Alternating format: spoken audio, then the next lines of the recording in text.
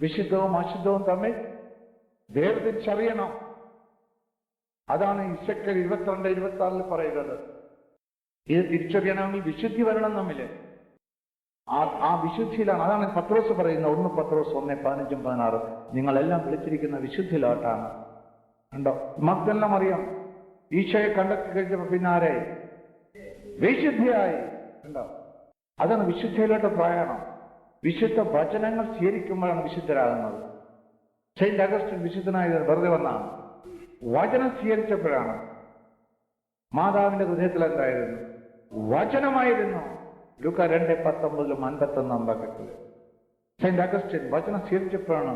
റോമ 13-11-14 വചനം കേട്ടപ്പോൾ അത് ആത്മാവിൽ സ്വീകരിച്ചു. യാക്കോബ് 1:21 വചനം ആത്മാവിനെ രക്ഷിക്കുവാൻ കഴിവുള്ളതാണ്. വചനത്തിന്റെ ശക്തി അതാണ്. നാം വചനം പറഞ്ഞുകൊണ്ടിരിക്കുമ്പോൾ പരിശുദ്ധാരി വരും. അപ്പോസ്തലപ്രവർത്തനങ്ങൾ 10-44-48 വചനം. അതുകൊണ്ടാണ് പരിശുദ്ധാരി വരുമ്പോഴാണ് വചനം കേൾക്കുമ്പോൾ എല്ലാവരും താഴേക്ക് വീഴുന്നത്. ഏറ്റവും വലിയ വചനം യേശു, ഒറ്റ നാമം. കണ്ടോ? ആ യേശു എന്ന് പറയുമ്പോ വിശുദ്ധ പൗലോസ് പറഞ്ഞല്ലേ, സഹോദരൻ പുരുഷന്മാരുടെ കരങ്ങൾ പവിത്രങ്ങളാണെന്ന് 1 തിമോത്തി 2:8. ആ കരങ്ങൾ ഉയർത്തിയാല, പവിത്രമായ കരം ഉയർത്തിയാല് കർത്താവ് പ്രവർത്തിക്കുമപ്പോ എല്ലാം വീഴും. ഇതാണ് ആത്മീയരഹസ്യം. ജെറമ്യ 15:19 നാക്ക് സത്വചനങ്ങൾ പറയുന്ന നാക്കായി വന്നാല് ദൈവത്തിന്റെ കരങ്ങൾ അപ്പൊ കർത്താവ് പ്രവർത്തിക്കുകയാണ് അവിടെ. നാം യോഹന്നാൻ 3:30 ഇല്ലാതെ അവസാനിച്ച് ഈശോയുടെ ആത്മാവിടെ ശക്തിയായി പ്രവർത്തിക്കും. നാം എന്ത് പറയണം, എന്ത് ചെയ്യണമെന്നെല്ലാം പരിശുദ്ധാരി നമ്മളെ പഠിപ്പിച്ചോളും, പറഞ്ഞു തന്നോളും. ലൂക്ക 21:14-15 വാക്യത്തില് അതാണ് ദൈവത്തിന്റെ ആത്മാവ് നമ്മൾക്കൊരു സംസാരിക്കുന്നത്. മത്തായി 10:20 പരിശുദ്ധാരി വനെങ്കിൽ കൽപ്പനകൾ പാലിച്ചിരിക്കണം. യോഹന്നാൻ 14:23 വാക്യം. എന്നെ സ്നേഹിക്കുന്നവൻ എന്റെ കൽപ്പനകൾ പാലിക്കും. അപ്പോൾ ഞാനും എന്റെ പിതാവും നിങ്ങൾ വന്ന് വാസമർപ്പിക്കും. ഇതിന് ഓപ്പോസിറ്റ് മറ്റാരാ വരുന്നത്? ഉള്ള പാപം എല്ലാം ചെയ്ത് നോക്കും, മറ്റൊന്ന് നല്ലോണം വന്ന് കൂടും. ഉണ്ടാവും. അതാണ് പാപം ചെയ്ത പിശാച് ഉത്ഭവിക്കുന്ന 1 യോഹന്നാൻ 3:4. പാപം നിയമലംഘനമാണ്. കണ്ടോ? അതുകൊണ്ട് ഏറ്റവും കൂടുതൽ പാപമുള്ള സ്ഥലത്ത് പിശാച് വാസമർപ്പിക്കും. അവരെവിടെ കയറും? പ്രബലന കൂടുതൽ പരീക്ഷിക്കപ്പെടും. കണ്ടോ? ജ്ഞാനം 6-11 വചനത്തിൽ വീണ്ടും കാണാം. പ്രബലന കൂടുതൽ മറ്റവന് കൃപ കൊടുക്കുമെന്ന്, മാപ്പ് കൊടുക്കുമെന്ന് എല്ലാം പറയുന്നത്. അപ്പൊ വചനം നമ്മൾ നിലനിൽക്കണം. വചനം നിലനിൽക്കണമെങ്കിൽ ഈ നാക്കിനെ നിയന്ത്രിച്ചേ പറ്റൂ. അതാണ് നാക്കിന് പൂട്ടും താഴുമൊക്കെ വേണമെന്ന് വേണോ? എവിടെയാണ്? പ്രഭാഷകൻ 25:10-25-26 വാക്യം ഒന്ന് വായിച്ച്. 10 വാക്യം നടത്തി വായിക്കാം. 25-26 പൂട്ടും താഴും വേണോ? അപ്പൊ പൂട്ടും താഴും വെക്കണം. വെച്ചില്ലെങ്കിൽ വേണ്ടാത്ത കാര്യങ്ങൾ സംസാരിച്ച് നമ്മുടെ നാക്ക് പോകും. ഈശോയിൽ വന്നാൽ അപ്പപ്പോ കർത്താവ് പറഞ്ഞു തരും, വേണ്ട. യോഹന്നാൻ 16:8 പരിശുദ്ധാരി നമ്മളെ വെളിപ്പെടുത്തി തരും. പാവബോധങ്ങളെല്ലാം, ന്യായവിധി എല്ലാം കാണിച്ചു തരും നമ്മളെ. സ്വർണവും വെള്ളിയും പൂട്ടി സൂക്ഷിക്കുക, വാക്ക് അളന്നു തൂക്കി ഉപയോഗിക്കുക, വായ്ക്ക് വാതിലും പൂട്ടും നിർമ്മിക്കുക. നിനക്ക് വേണ്ടി പതിയിരിക്കുന്നവരുടെ മുമ്പിൽ ചെന്ന് വീഴാതിരിക്കണമെങ്കിൽ നാവ് കൊണ്ട് തെറ്റ് ചെയ്യാതിരിക്കുക. നാവ് കൊണ്ട് തെറ്റ് ചെയ്യാതിരിക്കുക. അപ്പൊ നാക്കിനെ വളരെ കണിശമായിട്ട് അതിനെ നിയന്ത്രിക്കണം. അത് വളരെ സംഗതിയാണ്. അതാണ് പ്രഭാഷകൻ 5:9-15 വരെയുള്ള വചനം ഒന്ന് വായിച്ച്. അത് നാക്കിനെ പറ്റി നന്നായിട്ട് അറിഞ്ഞാൽ അപ്പൊ നാക്കിനെ നിയന്ത്രിക്കാൻ തുടങ്ങും. പെട്ടെന്ന് സാധ്യമല്ലാതെ ക്രമേണയാണ്. ഇതാണ് ഈ ഓൺ ഗോയിങ് പ്രോസസ്. യോഹന്നാൻ 3:3 നീ വീണ്ടും ജനിക്കണം, വീണ്ടും ജനിക്കണമെന്ന് പറയുന്നത്. ഇത് നണിക്കുമ്പസാരം എന്ന കുടാശയിൽ കൂടി ഇങ്ങനെ കടന്നു വരുമ്പോൾ വിശുദ്ധീകരണമാണ് ദൈവം ആഗ്രഹിക്കുന്നത് നമ്മളെ. റോമ 6:22 ഈശോയ്ക്ക് അടിമയാകാതെ, കർത്താവിന് അടിമയാകാതെ നിന്റെ വിശുദ്ധീകരണവും അതിന്റെ അവസാനം നിത്യജീവനമെന്ന്. നാക്കിനെ നിയന്ത്രിക്കുമ്പോഴാണ് ഈ നിത്യജീവനിലോട്ട് കടക്കുന്നത്. ഇതാണ് യാക്കോബ് 27 വാക്യം 26, 27 പൊട്ടിക്കും. ദൈവഭക്തി എന്ന് പറഞ്ഞാൽ അനാഥരെ വിധവളെ സഹായിക്കുക, നാക്കിനെ നിയന്ത്രിക്കുക, നിന്നെ തന്നെ നിയന്ത്രിക്കുക, അതാണ് ശരീരത്തെ നിയന്ത്രിക്കുക. വായിക്കുക.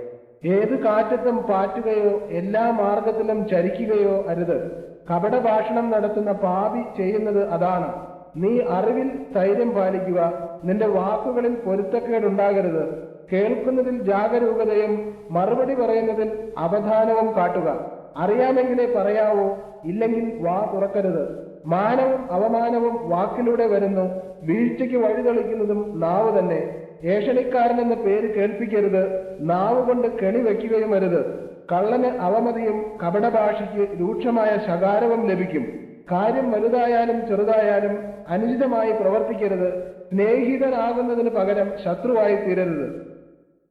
ദൈവവചനമാണ് നാം കേട്ടത്. ഇനി നമുക്ക് ആ സങ്കീർത്തനം വായിക്കാം. 52 ഒന്ന് വായിച്ചു രണ്ടുതൊട്ട്. ദിവസം മുഴുവനും നീ വിനാശം നിരൂപിക്കുന്നു. വഞ്ചക നിന്റെ നാവ് മൂർച്ചയുള്ള ക്ഷൗരക്കത്തി പോലെയാണ്. നന്മയേക്കാൾ തിന്മയും സത്യത്തെക്കാൾ വ്യാജവും നീ ഇഷ്ടപ്പെടുന്നു. വഞ്ചന നിറഞ്ഞ നാവേ, വിനാശകരമായ വാക്കുകളാണ് നിനക്കിഷ്ടം. ദൈവം നിന്നെ എന്നേക്കുമായി തകർക്കും. നിന്റെ കൂടാരത്തിൽ നിന്ന് അവിടുന്ന് നിന്നെ വലിച്ചെടുത്ത് ചീന്തിക്കളയും. ജീവിക്കുന്നവരുടെ നാട്ടിൽ നിന്ന് നിന്നെ അവിടുന്ന് വേരോടെ പിഴുതു കളയും. നീതിമാന്മാർ അത് കണ്ട് ഭയപ്പെടും. അപ്പൊ ഈ 52 കഴിഞ്ഞാൽ 6 കൂടി കൂട്ടിക്കഴിഞ്ഞാൽ എത്ര സങ്കീർത്തനം വരും? 58. അതിന്റെ കൂടെ 6 കൂടി കൂട്ടിക്കഴിഞ്ഞാൽ 3 സങ്കീർത്തനമാണ് എളുപ്പമായത്. അപ്പൊ എളുപ്പം ഓർമ്മയിൽ നിൽക്കും. ഇങ്ങനെയാണ് പരിശുദ്ധാരെ കാണിച്ചു തരും. 52 കഴിഞ്ഞാല് 58 58 കഴിഞ്ഞാല് 64 അപ്പൊ നാക്കിനെ പറ്റി ഓർത്താ ഇത് 3 ഓർത്താ ആദ്യം ഇരുന്നാ മതി കേട്ടോ. ഇതുപോലെ തന്നെ ചിലപ്പോ ഭോഷനെ പറ്റി ചോദിച്ചാല സങ്കീർത്തനം അതെ അതെ 14 ഉണ്ടോ? അത് 2 സങ്കീർത്തനം ഉടനെ വരും. അവിടെ 2 ഒന്നാണ്. ചില പ്രത്യേകതകളൊക്കെ ഉണ്ട്. ഇതെല്ലാം ആത്മാവ് വെളിപ്പെടുത്തി കൊടുക്കുന്നതാണ്. ദൈവത്തിന്റെ ആത്മാവ് ശക്തമായ ആത്മാവാണ്. യെശയ്യാ പ്രവാചകന്റെ ആത്മാവ് ശക്തമായ ആത്മാവാണ്. അതാണ് ഈ 11:2, യെശയ്യാ 11:2. ആ ആത്മാവിന് വേണ്ടി എല്ലാവരും ദാഹിക്കണം. വിവേകം, ജ്ഞാനം, അറിവ്, ഉപദേശം, ദൈവഭക്തി, ദൈവശക്തി, ഇതെല്ലാം ദൈവം തരും. ഈ ദാഹമുള്ളവന് മാത്രമേ കിട്ടുകയുള്ളൂ. 1 പത്രോസ് 2 1 തൊട്ട് 3 വനത്തില് ഇളം പൈതലിനെ പോലെ ദാഹിക്കാൻ. ദാഹിക്കുമ്പോ എന്തൊക്കെ 5 ഗുണങ്ങൾ കളയേണ്ടത്? എന്തൊക്കെ ഗുണങ്ങളാണ് കളയേണ്ട ഗുണങ്ങൾ? എല്ലാ തിന്മയും, വാഞ്ചനയും, കാപട്യവും, മാത്സര്യവും, അപവാദവും ഉപേക്ഷിക്കാൻ. കണ്ടോ? അതിൽ ഈ നട്ടുക്കൊടുത്തേക്കുന്ന എന്താണ്? കാപട്യം. ഇത് വലിയ സംഗതിയാണ്. ഈ കാപട്യം പോണെങ്കിൽ 4 കൊല്ലം തന്നെ വേണം. പോകില്ല, പിന്നെ അവിടെ ഇരിക്കുന്നു നോക്കിയത്. കാപട്യം പ്രായം തോറുന്നവരും കാപട്യം കൂടും. ഇതാണ്. ഇതുകൊണ്ടാണ് ആദ്യം നരകത്തിൽ പോകുന്ന ആരാണ്? കപടനാണെന്ന് മത്തായി 24:51. കർത്താവിനെ കണ്ണിന് കാണാൻ ആരെയാണ്? ഈ കപടനെയാണ്. കണ്ടോ? അതുകൊണ്ടാണ് ആ കപടത വിട്ടുപോകുന്നവരുടെയൊക്കെ എന്ത് ഇതാണ്. കപടത വിട്ടുവരുമ്പോഴാണ് കുഞ്ഞുങ്ങളെ പോലെ ആകുന്നത്. അതുകൊണ്ടാണ് എല്ലാം വെളിപ്പെടുത്തി തരുന്നത് നമുക്ക്. മത്തായി 11 25 തൊട്ട് 27 വചനവും ലൂക്ക 10 21 22 വാക്യത്തില് വിവേകികളിൽ നിന്ന് വിജ്ഞാനികളിൽ നിന്നും മറച്ച് ശിശുക്കളെ പോലെയുള്ളവർക്ക് ദൈവരാജ്യം വെളിപ്പെടുത്തി കൊടുക്കുന്ന ആത്മാവിന്റെ കാര്യങ്ങൾ മറ്റു ബുദ്ധിയിലിരിക്കുന്നവർക്ക് ആർക്കും കിട്ടുകൊടുക്കുന്നില്ല.